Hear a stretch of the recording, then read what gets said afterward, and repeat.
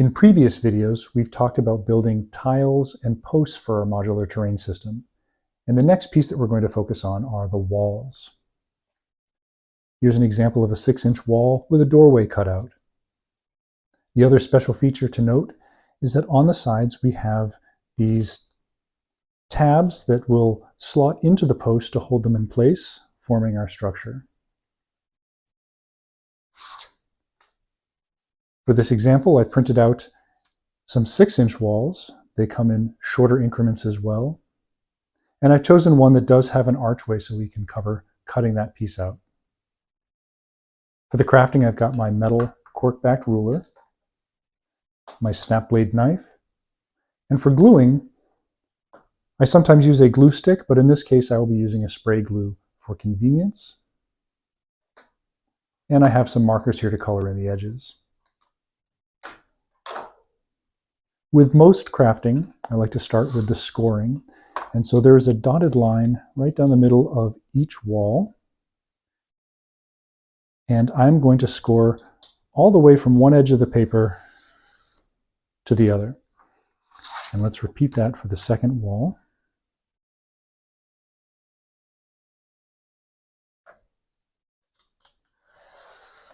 Now I'm going to trim around the walls .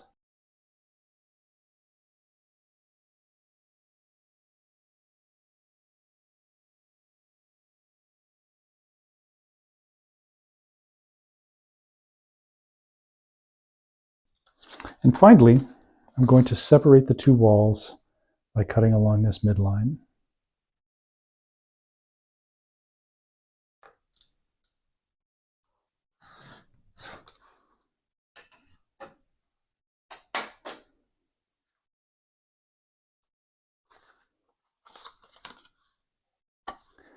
The next step is to glue this piece together. So just to demonstrate, we can take a glue stick and work our way around the edges, making sure we get on the middle as well. And now I will go and fold this in half. And having glued this, even with the glue stick, I'd want to rest this under something heavy and flat, like a stack of books, to make sure that the paper doesn't warp.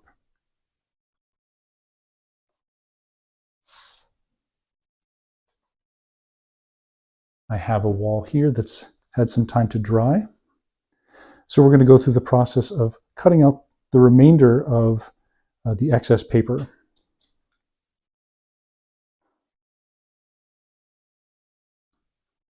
I'm going to cut these long straight lines first, and I can pop this out, and then I will finish trimming around this tab.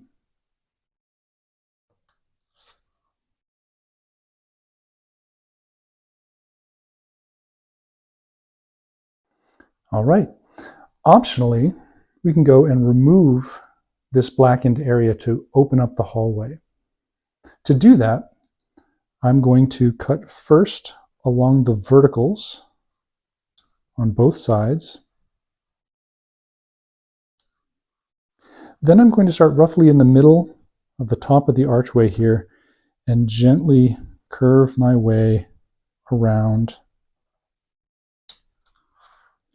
and repeat on the other side.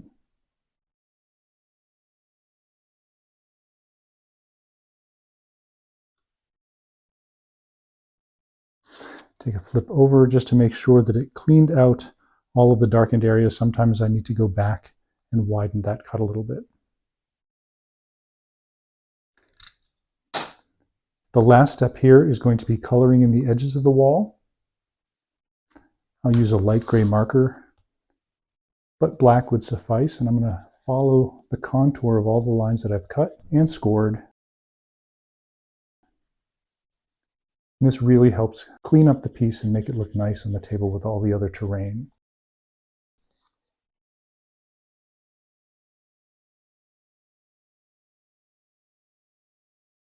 For my sets, I tend to color in the interior edges of the posts with black.